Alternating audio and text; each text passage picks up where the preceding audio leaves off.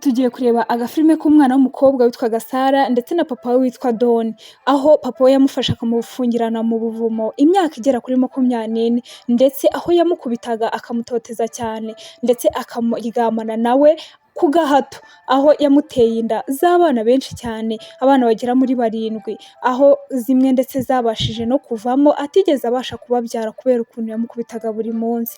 Aha ngaha rero niko tugiye gutangira agafilime kacu, aho utarakora subscribe banza ukore subscribe kugira ngo tujye dukomeza kubana no muri video zacu z'ubutaha.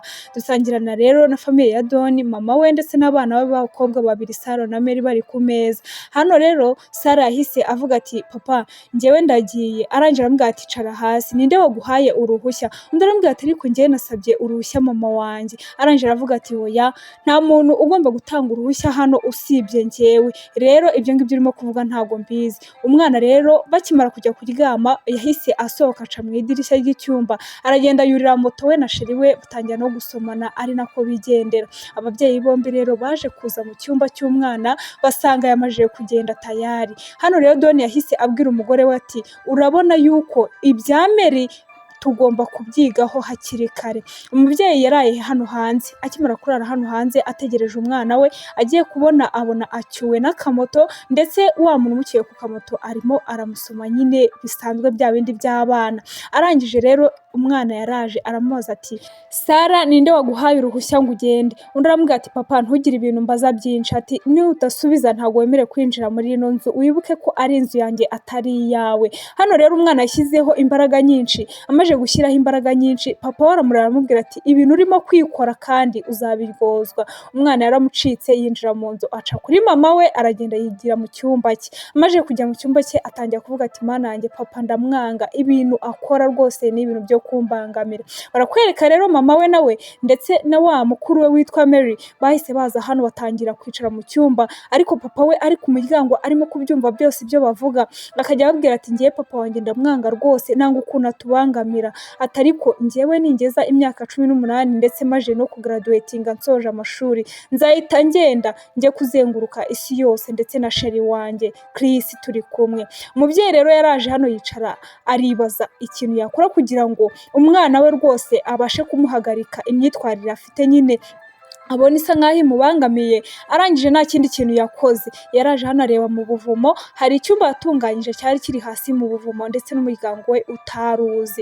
Umunsi umwe rero umwana yaramajije gusoza kwiga, mama we yarasohotse abwira umugabo ati ngiye guhaha, ati rero ubwo ngubwo usigarane n'abana njyewe ndaje. Hano rero Don yarahari ibyo yari arimo gukora mu cyumba cyo hasi mu buvumo, arangije ahita azahamagara Sara wari uri kuri telefone aramubwira ati ngwino nkwereke ikintu umfasha. Sara yarahagurutse ajya gutwaza papa we, bageze hasi mu buvumo icyumba yarazi ntago ari cyo binjiyemo, ahubwo hari ikindi cyumba yakinguye. Sara amubaje aramubwira ati iki cyumba nanjye nyine ntago nari nkizi, atuwubatse inzu niwe wari ukizi. Bageze hano rero bateretse ibyo batereka hasi, papa we ahita asohoka ndetse ahita anakingirana Sara mo hano mo imbere. Amaje kumukingirana Sara uko avuga atabaza yahise abona yuko rwose byamaje kumurangirana, ahubwo papa we yahisemo kumukingirana hano. Agiye kureba muri cya kivarizi yarateruje papa we yasanze harimo ibikoresho bye byose ndetse n'ibyo ashobora kuzakeneramo hano mu buvumo.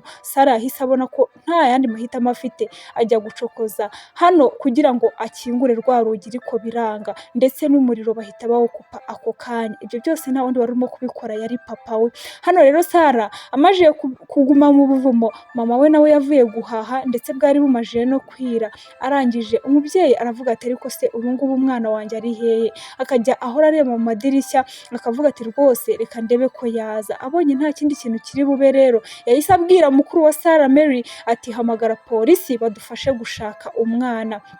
Hano rero Sara ari mu buvumo yagiye kumva yumva umuntu arimo arakingura, kumbi yari papa we. Arangije akimara gukingura yaramusunitse ngo arebe yuko yasohoka hano, arenze urugi rwa mbere gusa asanga hariho urundi rugi rwa kabiri ndetse atari kubasha kwikinguza. Hano papa we rero yahise amukurura amatwi araza munaga muri cya cyumba nyine cy'imbere. Arangije amaje kumukurura aramubwira ati rero ubu ngubu we ntago ubizi, hano njyewe naje kuguha isomo ku buryo bya bindi byo wivugisha ngo uzazenguruka isi, ahubwo ubu ngubu yo niyo igiye kukuzengurukaho, kubera yuko kugira ngo ugire icyo ubona hano muri iyi nzu ni uko uzajya ubanza ukagikorera. Disi rwa rugabo ngo ni Doni rwatangiye gufata n'umwana warwo ku ngufu, hano murabibona. Polisi rero yaraje iza gukora iperereza, uko irimo gukora iperereza bakajya babaza ati ese wowe nk'umubyeyi byibuza hari ibintu mwaba muzi byatuma tugenderaho tugashakisha. Undi papa we hano Doni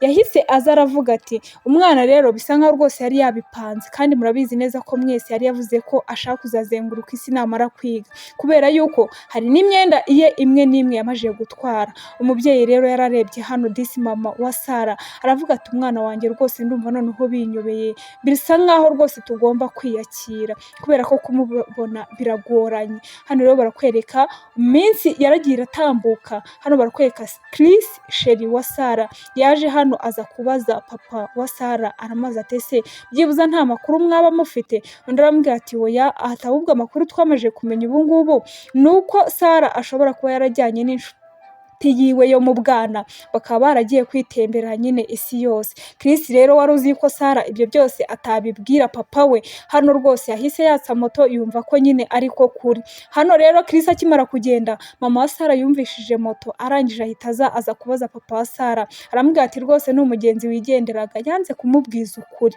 Barakwereka rero uko iminsi yagiye itambuka, Sara yaje kuzuza imyaka 18, papa wazana akagato gatoya nyine kari aho ngaho, aramubwira ati rwose akira, amugura n'agakanzu keza cyane, arangije arakamwambika, aramubwira ati ye ati ubu rero ubu ngubu ibi ngibi tugomba kubiselebratingira, ati kandi rwose wiyakire kubera ko ubuzima bwawe bwose buri aha ngaha, nta handi hantu uzigera ujya, ati kandi rwose ubyishimire, wubake ubuzima nyine uzabamo ukabamo neza. Arangije aramubwira ati ahubwo tambuka uze hano gake gake tugire ibyo dukurikirana.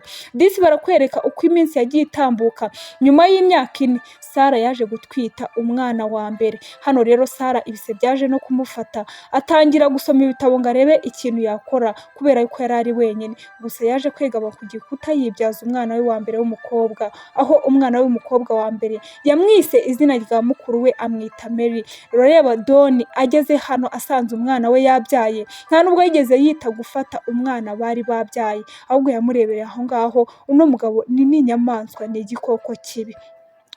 Uko iminsi rero yagiye itambuka, nanone hano Mary yaje kuza hano ahura na Chris. Chris yahoraga aza kubaza amakuru ngo yumve nimba byibuza hari icyo bamurusha.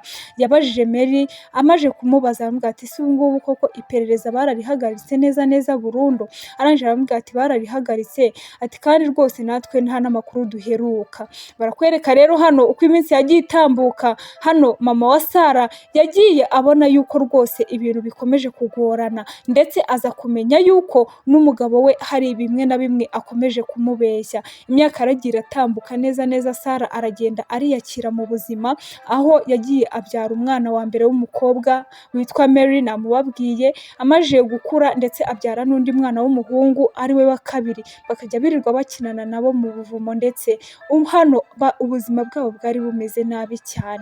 Agafilme kacu rero karakomeje, bongeye kutwereka Sara disi arimo kuganiriza abana be iby'ubuzima bwe, bakajya abacira imigani y'ibikomangoma.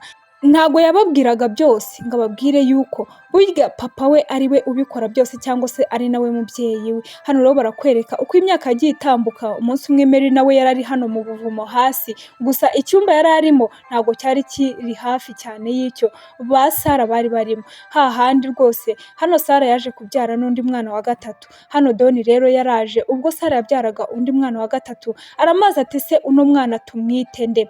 Undi aramubwira ati rwose uno mwana tumwite Thomas. Arangije yaje hano aramwicaza, aramubwira ati rero bibaye byiza rwose wareka uno mwana Thomas akajya hejuru, cyangwa se ukamujyana hejuru mu rugo mukamurera, ati kubera yuko hano ntago twabona umwanya w'abantu bane, dore tumajije kuba benshi. Hano Thomas rero baje kumuzana hano, Doni yaramuzanye amusiga ku muryango. Mama wa ba Mary aje hano na ba Sara aje hano asanga akana karimo kararira ndetse gafite n'urupapuro ruvuga ngo uno ni Sara wabasigiye uno mwana kubera ko ntafite ubushobozi bwo kumurera. Disi mama we yarishimye aravuga ati nishimiye yuko byibuze umwana wanjye akiriho kandi atuzaniye n'amaraso ye, byibuze tuzajya tumumwibukiraho. Hano rero ubwo yateruraga umwana mu kantu yari arimo, Sara yari yahishemo agapapuro gatoya yizeye byibuza ko byaza kubaviramo ubutabazi, ariko siko byagenze kubera ko Doni ari we wakabonye. Arangije aza hano mu buvumo atangira kumutuka no kumukubita. Arangije rero ibyo ngibyo byose birangiye, Sara ntago yahwemaga kwita ku bana be ndetse no gutuma bishima nubwo bari babayeho mu buzima butari bwiza. Umunsi umwe rero Doni yaje hano areba ka Mary, arangije akabwira ati mwana wanjye umaje gukura ndetse umaje kuba mwiza.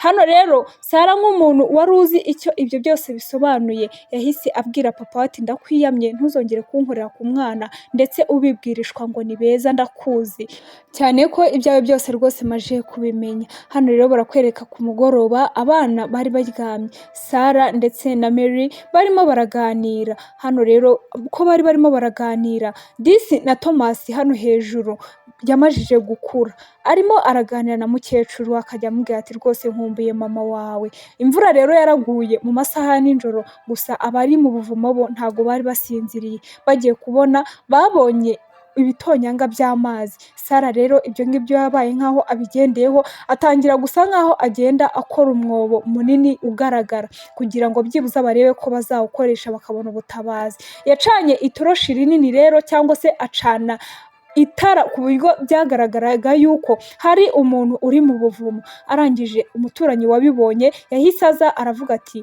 bisa nkaho hari umuntu uri mu buvumo bwawe urimo gushaka ubufasha. Doni mu kubyumva rero yahise amanuka aza hano mu buvumo atangira gukubita Disi Sara. Abana be bavuza induru, batangiye kuvuza induru aramureka, gusa kubera ko yari atwite yatangiye kuva ndetse ibyo byose byaje kuvamo yuko inda ye ivamo, umwana we arapfa. Ahangaha rero barakwereka abana baje kwicaza papa we baramubaza ati ariko se kubera iki udufata nkaho tutari abana bawe? Hano arangije Doni yahise avuga ati ibi byose nyine biterwa na mama wanyu muzamubaze. Hano rero abana babaye nkaho babashumurije mama we. Ubwo Doni yari amaje kugenda abana batatse mama we batangira kumutuka. Sara nawe n'umujinya mwinshi atekereza ibintu byose byamubayeho mu buzima bwe kandi bibabaje, yatangiye kumenagura ibintu byose. Abana baramusaba imbabazi, bamaze kumusaba imbabazi ndetse batangira gusubiza n'ibintu ku murongo. Sara rero yahisemo kuzana abana be arabicaza kubera ko n'ubundi yabonaga yuko bamaze gukura.